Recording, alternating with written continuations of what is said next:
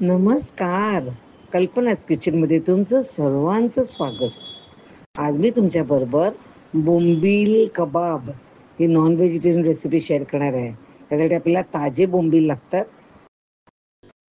आणि हे आता सीझन चालू झालेला आहे. एकदम छान बोंबील मिळतात मार्केटमध्ये. इथे मी कोथिंबीर घेतली आहे, पुदिना, लिंबाचा रस पाहिजे आपल्याला 1 टेबलस्पून, हिरव्या मिरच्या, काळं मिरी, लवंग, दालचिनी, आलं लसूण.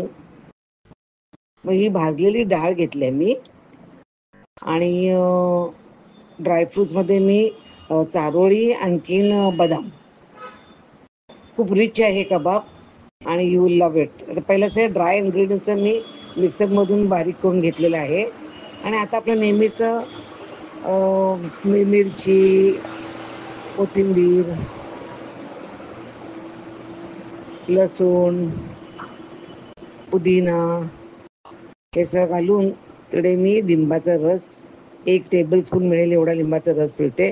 पाणी घालायचं नाही हां. आणि मीठ ऑफकोर्स. इथे बोंबील कसे मी ते काटा काढायला लागतो आपल्याला, डिबोन करायचं आहे आणि मी व्हिडिओ लिंक पण दिलं आहे बोंबील साफ करण्याचं. आता हा आपला मसाला चांगला तयार झालेला आहे.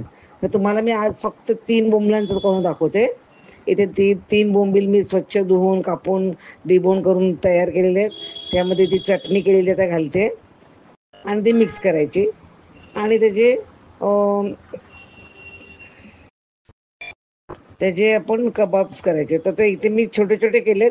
हल्ली ते खूप मिनी बाईट्स येतात ना हॉटेल बिटीमध्ये, तसे ते लहान पण तुम्हाला पाहिजे तुम्ही चांगले मोठे करा. आणि कबाब्स मला गोल पाहिजेत, फ्लॅट पाहिजेत, तसे कबाब्स करा तिकडे. आणि मग हे आपण शॅलो फ्राय करायचे. हां, तर मी ते शॅलो फ्राय करायला घेते. या कबाब बरोबर तुम्हाला काय चटणी वगैरे ॲक्च्युली लागत नाही आहे, कारण एवढं ते टेस्टी होतात ना, त्यात आतमध्ये त्या चटणी वगैरे आहेच. सो स्टार्टर्ससाठी आता 31st आलं आहे, तर स्टार्टर्ससाठी तुम्हाला हे खूप युजफुल आणि करून ठेवू शकतात हे. आणि शॅलो फ्राय करून आणि सर्व करा तुम्हाला. तर आजची रेसिपी आवडली असेल तर लाईक, शेअर आणि सबस्क्राईबचं बटन प्रेस करायला विसरू नका.